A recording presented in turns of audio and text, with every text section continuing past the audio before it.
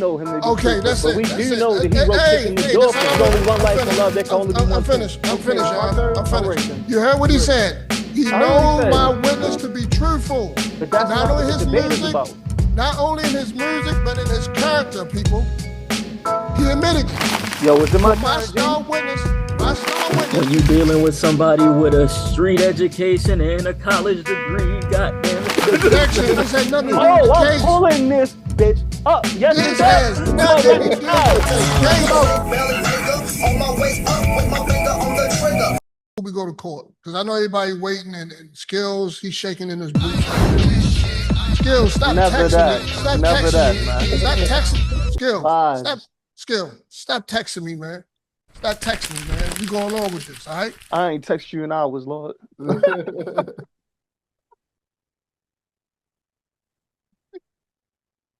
What's the next topic, man? Before we get to the grand finale. That Kendrick Lamar is dropping an album this summer. Yeah, allegedly. That's what many industry insiders are saying, is that he's planning to drop an album before the summer ends. Uh-oh. You know what I mean? Try to pour some fire on the ice, man. Yeah. You know what, man? The industry is so... I'm sorry. Go. No, I was gonna say, that man ain't thinking about Ice, man. He already won. No, Ice Man insignificant.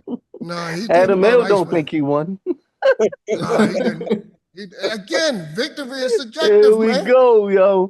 You said in the song, we was talking about this earlier. You said in the song on That Shit Ill Part 2, you said more L's than that Aubrey nigga. So yeah, that don't mean he took an L from Kendrick, though. All right, okay, here we go. All right. Who did he take an L from then? Who did he take an L from then? Push your T. Who was the Grim Reaper he was talking about? Push your T. Pusha T is not the Grim Reaper. And that's just wordplay, man. You know, that don't mean he took an L.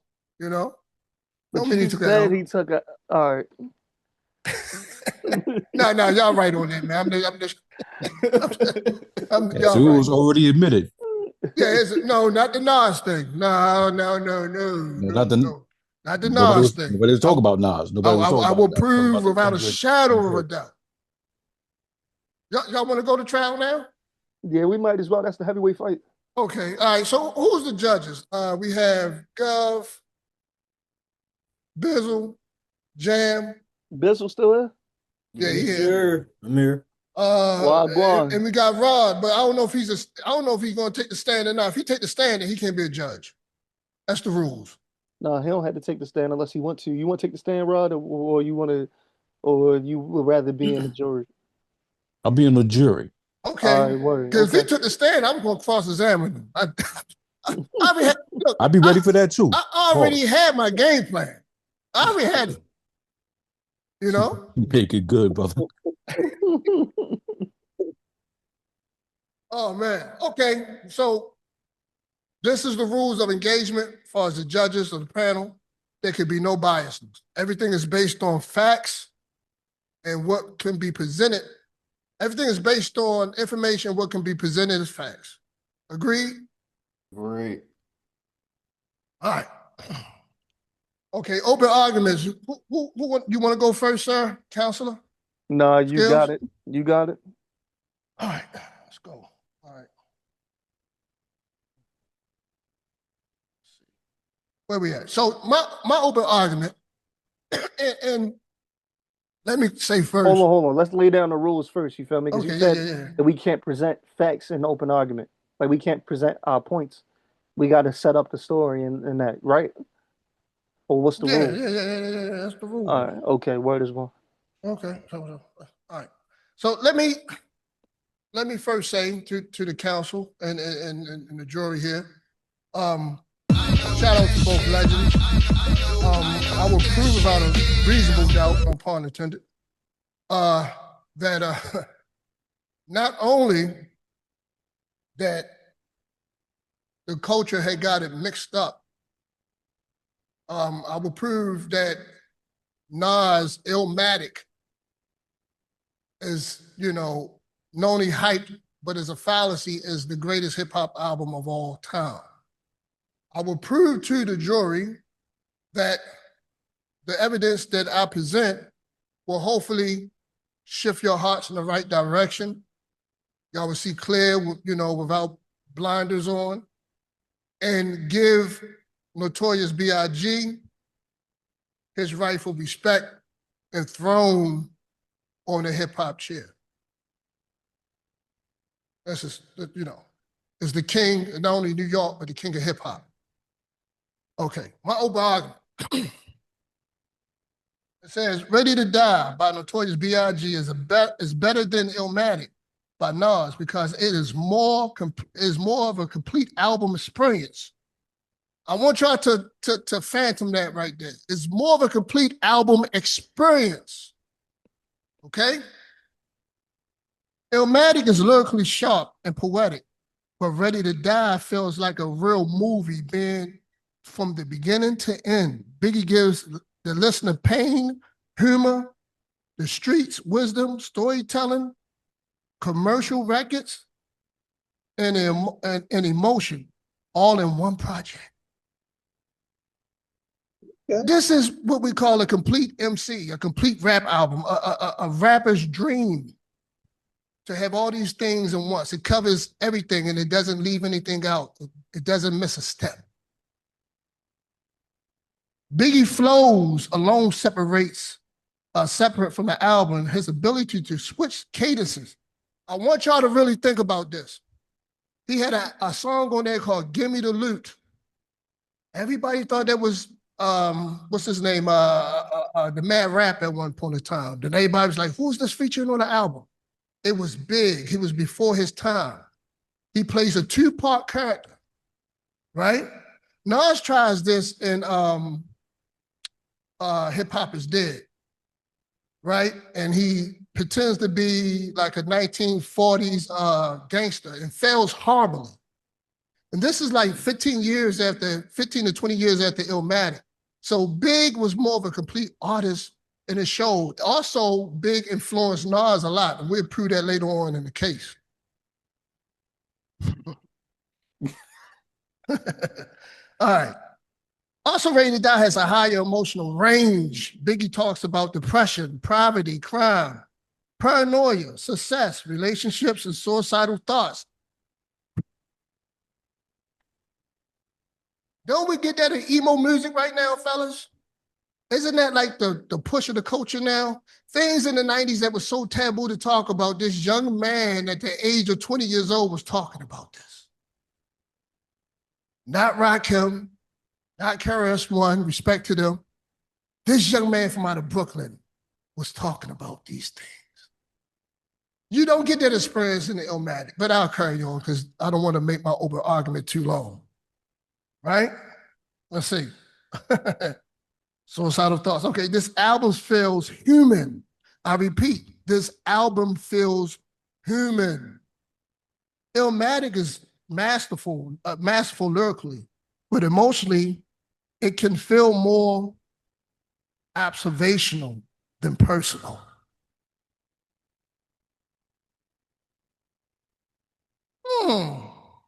I want y'all to hang on to that, jury. Hey, yo, somebody put a timer on this nigga, yo. We had 5 minutes. Hold on. Content. What's the word for it? What's the word for it? Okay. I have an objection, but I'm not. Objection, Your Honor. Gov, you gonna let this happen? Gov, you gonna let this happen? He's distracting the jury, y'all. He's distracting Gov. Come on, bro. All right. You got 2 minutes left, my G. Okay. This is the opening. At the end of the day, this is the open argument.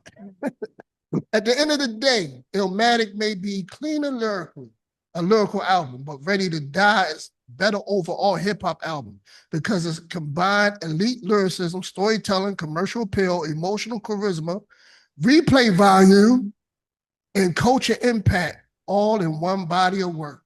That's my open argument. Gentlemen.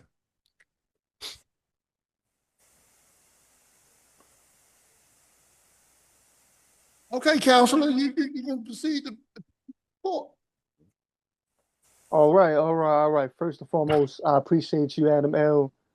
I appreciate your opening statements, though it was full of debatable things. I appreciate it nonetheless. I appreciate this opportunity for me to represent Illmatic. I have a PowerPoint I would like to present, but before I show that, I wanna respond, but I want to start off with Loaded Lux. For those who know, Loaded Lux is one of the most influential, one of the most known battle rappers.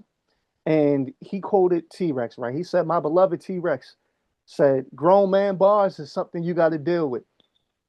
So I let fabricated and collaborated ain't gonna equal up to this real shit." And that's the perfect line to describe this debate between Illmatic and Ready to Die. Ready to Die is very cinematic. You feel me? But I wouldn't say that it's quite personal. Yes, Suicidal Thoughts is on there. Everyday Struggle is on there. There's different songs that you can say strike personal chords and things of that nature. But Biggie more so is painting fictional stories. I'm not saying that they weren't Objection, Your inspired Honor. by real. Oh, Objection, Your hold Honor. on, hold on, hold on. Biggie can't be two niggas, right? You just said that he played himself and another character on Give Me the Loot. Did he or did he not say that? Yes, I did say that. All right. Okay, just making sure.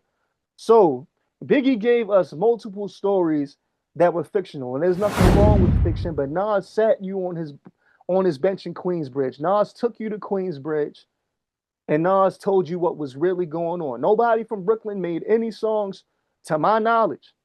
Nobody from Brooklyn made any songs directly responding to anything that was said on Ready to Die.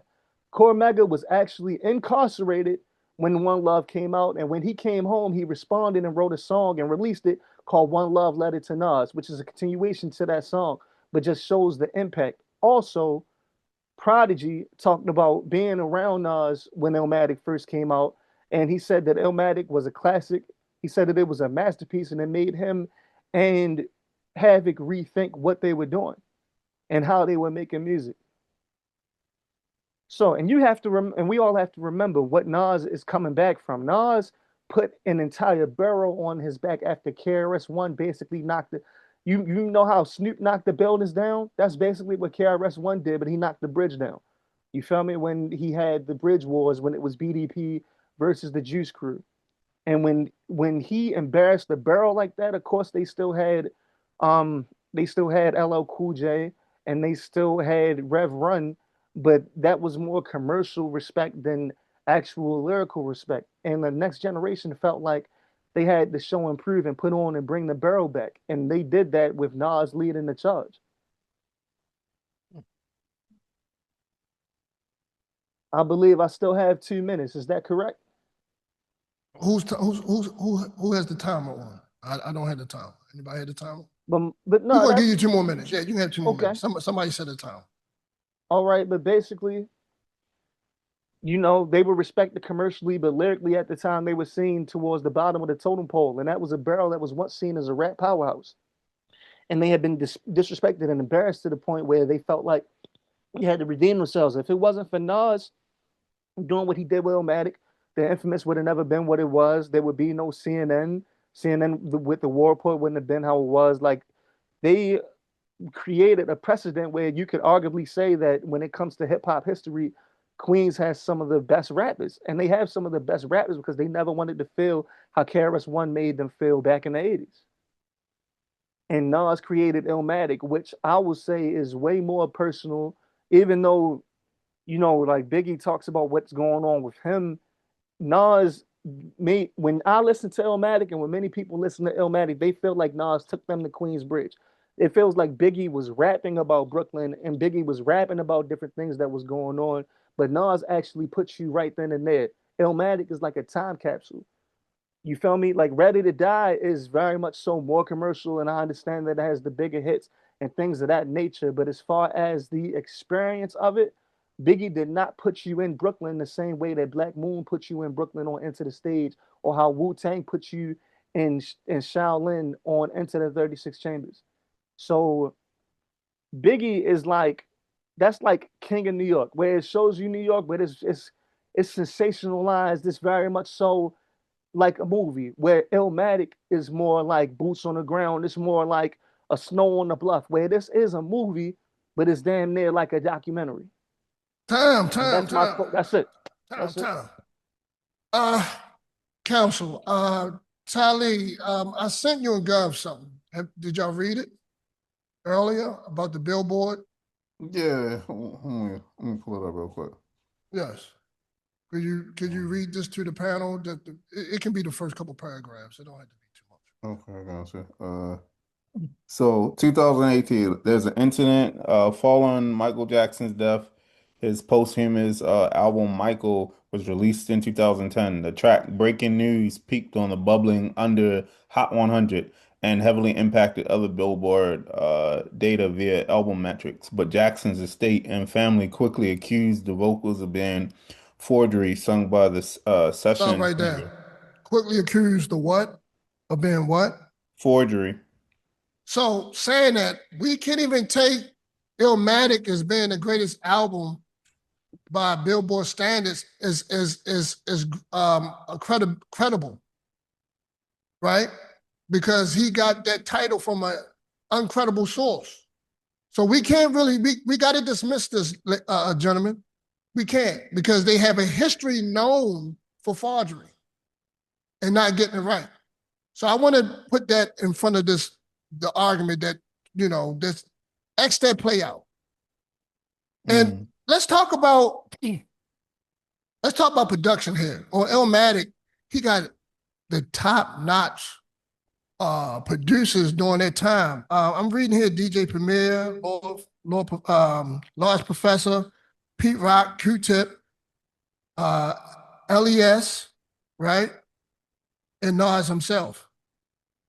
Top producers still missed the bar. You still cannot bring it home where when you listen to Illmatic, it starts off as a young man in Queensbridge, and then it just drifts off into this lyrical rhetoric.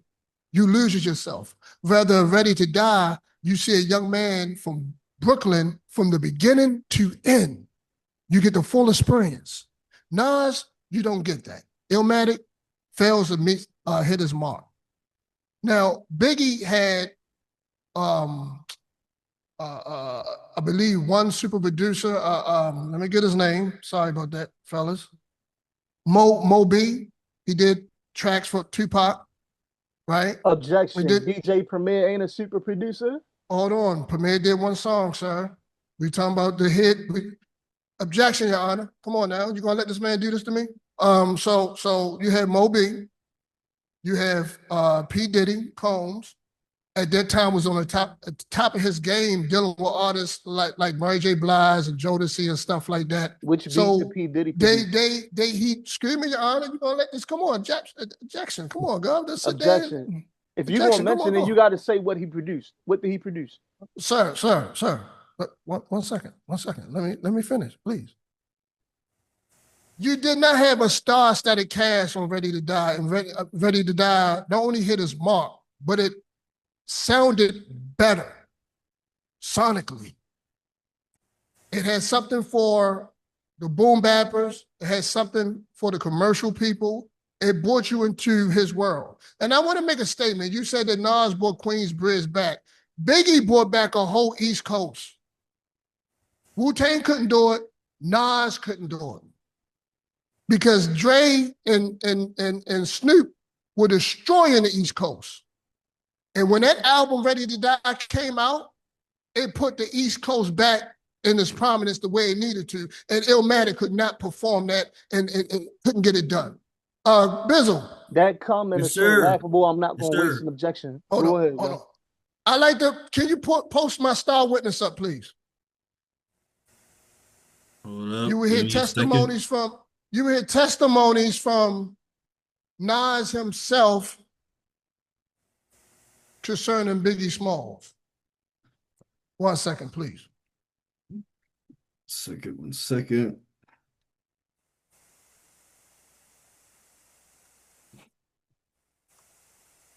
I hope the clock running during this. Thank you for your patience. This man brought back a whole coast, not just a city, not just a borough. He brought back a whole coast. By himself? By himself. I want the jury to really consider that when we done talking, as if Biggie brought a whole coast back by himself. Yes, he did, because 36 Chambers couldn't do it. Illmatic couldn't do it. Clock running, yo. Yep. Hold up, I got you, Just Oh, I got you guys. Hold on. He was Stanley Kubrick. It was definitely not just Alfred. Okay, let me okay, there we go. I call my star witness to the stand, Nas Escobar himself. Okay. Y'all ready? Y'all see my screen, right? Yeah. Yeah. Okay. Big was definitely not just Alfred Hitchcock. He was Stanley Kubrick. He was Langston Hughes. He was Donald Goines. He was the one. He was the one. He had more than just rap. He had the look. He had the presence, vocal presence and physical presence on the stage. He looked like a king. He's a true king of hip hop. That's it. All right, Your Honor. What time is it? Woo! Oh, Lord. I mean, he's supposed to talk bad about the dead. My time is up. Nas is supposed to be truthful, right? You're supposed to be a truthful person, right? You know Nas to be truthful, He's right? supposed to talk crazy about Do the you dead. know my witness to be truthful or not, counselor? I do know him to be Okay, truthful, that's but it. we That's do it. know that he wrote Hey, kicking the hey, door that's for all I him, want. right? That's all I want, Your Honor. Your Honor. There's only one I'm life finished. on love. There can only be I'm one finished. king. I'm Okay, finished, it's Your my Honor. turn? I'm All finished. right, then. You heard what he Good. said.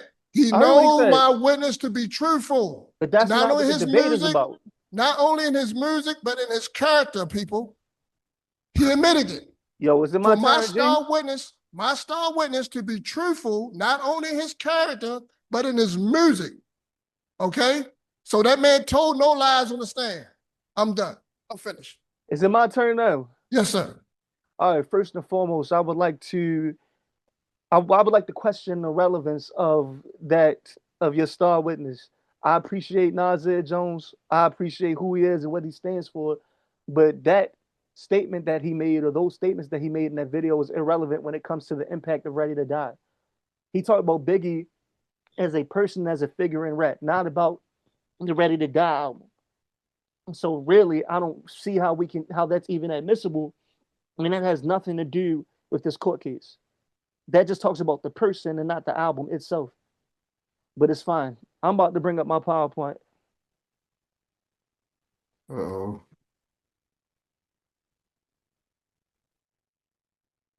This is what happens when Yo, you is that dealing my nigga Prince Mac? when you dealing with somebody with a street education and a college degree. God damn it! Objection, Your Honor.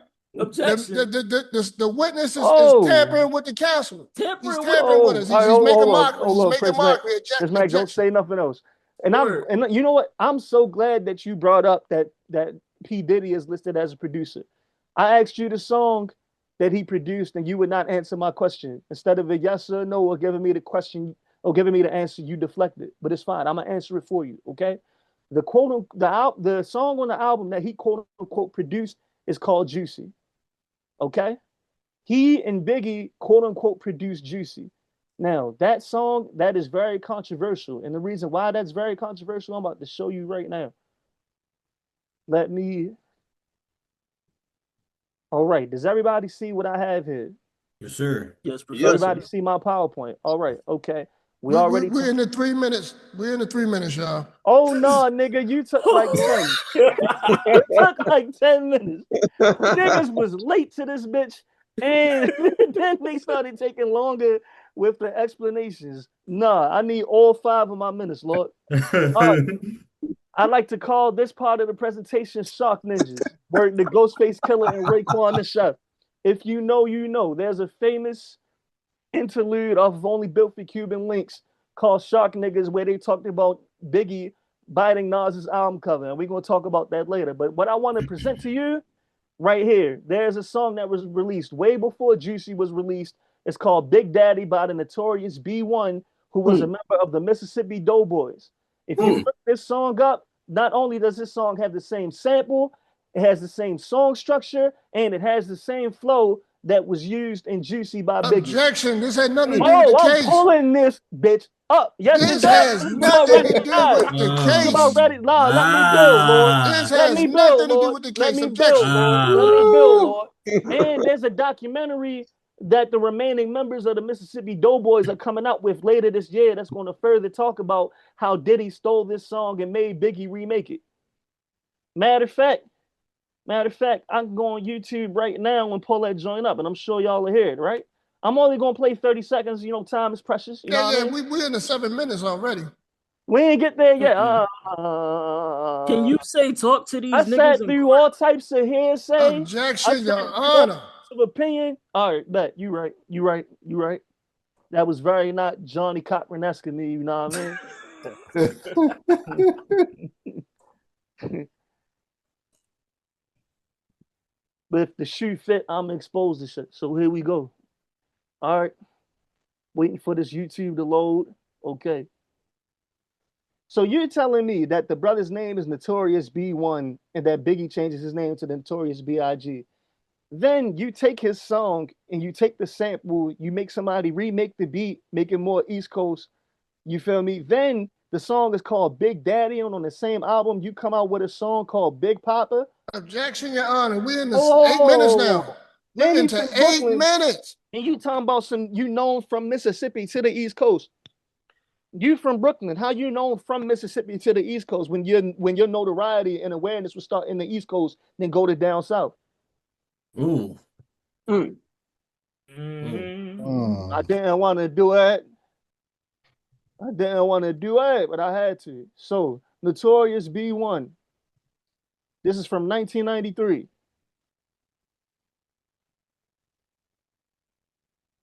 Can you give us proof that Puff ever knew about these people or was aware of these people? Is there any proof or evidence on that? Oh, Gene Deal talked about it. And I'm not going to play that interview, but Gene Deal basically said that Biggie did steal and that he didn't steal from them, but Biggie stole his Big Papa persona. He did not steal from them. Do we all know who People, Gene Deal is? I want y'all to listen. Yes, sir. He said he did not steal from them. So this is irrelevant. You didn't let me finish. Gene Deal said that was commonplace for people to be stealing demos from other places, but said that Big was too arrogant to ever do something like that. So he thought that it was possible that Diddy had gained this demo and that Diddy told a producer to remake the beat and then told Biggie to do the song. But he said that Biggie might not have known outright, but Diddy probably did. And he also said, so you're saying Biggie stole so it's a possibility that Biggie knew nothing about this. That's not my fault. That's bad. Okay, proceed on. Oh, somebody playing the joint? Proceed on. Proceed on. No, that was it. Because y'all could hear it, right? I just heard somebody playing the joint. I heard it.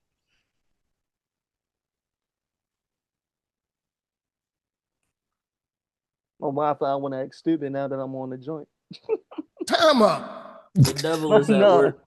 Time is up. Come on, what are we doing here, y'all? No, it's about to play.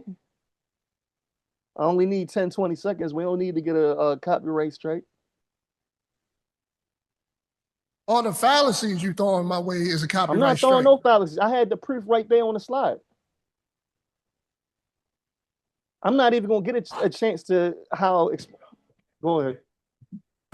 It was just playing. Who was playing it? Can y'all hear it? I can't hear anything. No, we can't hear it. Hold up. Counsel, take into consideration he went beyond 5 minutes. We're in 20 minutes now. I mean, goodness gracious, it's dinner time. I did not go on for no 20 minutes. Somebody play the joint, please. I got you.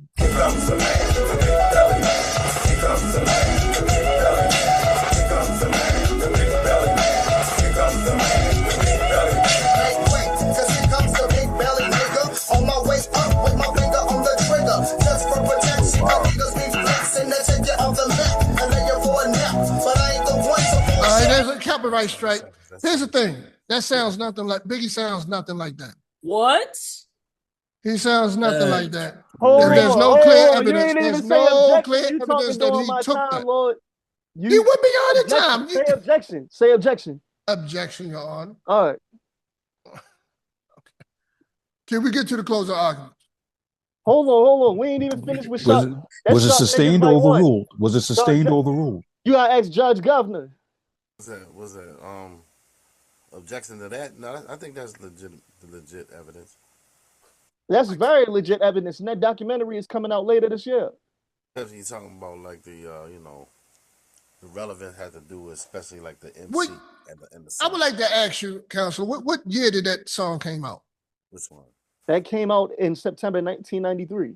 What time did can somebody type up the time that Ready to Die came out? Ready to go. No, hold on. That's No, you were supposed to know that, counselor. You are supposed to know that. That's September 94. September 94. That's a And whole what time year, did- good brother. And what time did this came out in 93? Yes, Okay, still no clear evidence. All right. that's very clear evidence. All right. All right, and I'm not going to talk about. I already talked about Ghostface and Ray accusing Biggie of copying Nas album cover. I'm not going to go into it. Yeah, there's Are no you aware? real facts behind that, but we're going. That's how people felt, and it's recorded and it's forever etched. Well, in I history. can That's bring how my people star felt. witness up again. Nas saying that he actually bit from Biggie, and Biggie took from him. So that was like a give or take. But that's not real crucial evidence. I'm not going to go into that. But my point is this: when Illmatic first came out, I've heard several times on this podcast that hip hop, that people didn't know who Nas was until I Ruled the World came out. That is not the truth. Nas shook the world with his feature on the Main Source joint, where he said, "When I was 12, I went to hell for snuffing Jesus." Then he made a lot of noise when he was on Back to the Grill again with MC Search. You feel me? And then he was making noise throughout New York with his demos. Are you aware that Illmatic had to get pushed out earlier because people were getting hold of bootlegs? I'm glad Boy you said didn't have that. that issue. Hold up. You done went past your gotta let me time. finish, bro. You I'm gotta let glad me you said finish. that because This is it. I'm glad he said that because the same thing happened with Big. I have testimony from Busta Rhymes stating that Big also gave out early copies of Ready to Die. That means he gave it out. Niggas was Yes. stealing Nas music. So Niggas we're talking about was record stealing sales. music. When we talking about record sales, I can print up proof that Biggie Smalls has Ready to Die actually outsold Illmatic.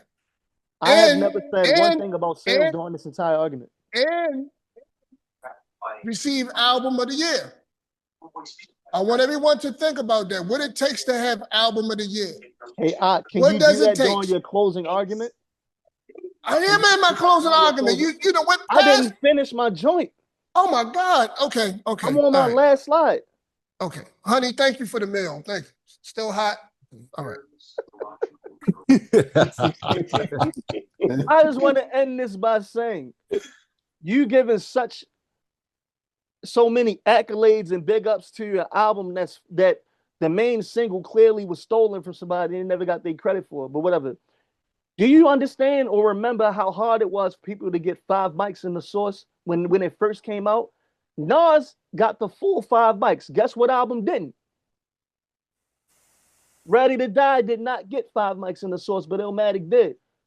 Ready to Die would not get that 5 mics until 20 plus years later when they revisited albums, but they didn't have to revisit it. Not only did they not have to revisit it, but if you look at my third picture, which is also from the Source, which is from 1998, they have it listed as the #1 most overlooked album. So even though they gave it the 5 mics, it's saying that even 4 years, 4 years later, people still didn't understand how dope Illmatic was when it first came out.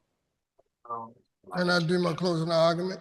Go ahead. What he just proved was that's irrelevant, a bunch of hogwash. I just proved to you guys earlier in the trial that Billboard can get it wrong and different outlets can get it wrong and they can be biased. So we can't hold that to any strength or accountability. That's like I can say Big won Album of the Year. That's like I can say Big went platinum 2 times before Illmatic, Ready to Die. But this is irrelevant to our argument. We're saying what is more impactful? Biggie has more quotable quotes than Nas to this day. That album in particular. What brought a whole coast back, not just a borough? We're talking about how a complete album was complete and not one-sided. We're talking about how an album from the beginning to end left you intrigued and not bored to death or losing steam and unfocused. This is what we're talking about here, ladies and gentlemen of the board. And I like to do my closing argument here. Gentlemen, Illmatic is a masterpiece. Nobody's denying that. But Ready to Die is bigger than a rap album. It's a full life story. I was outside when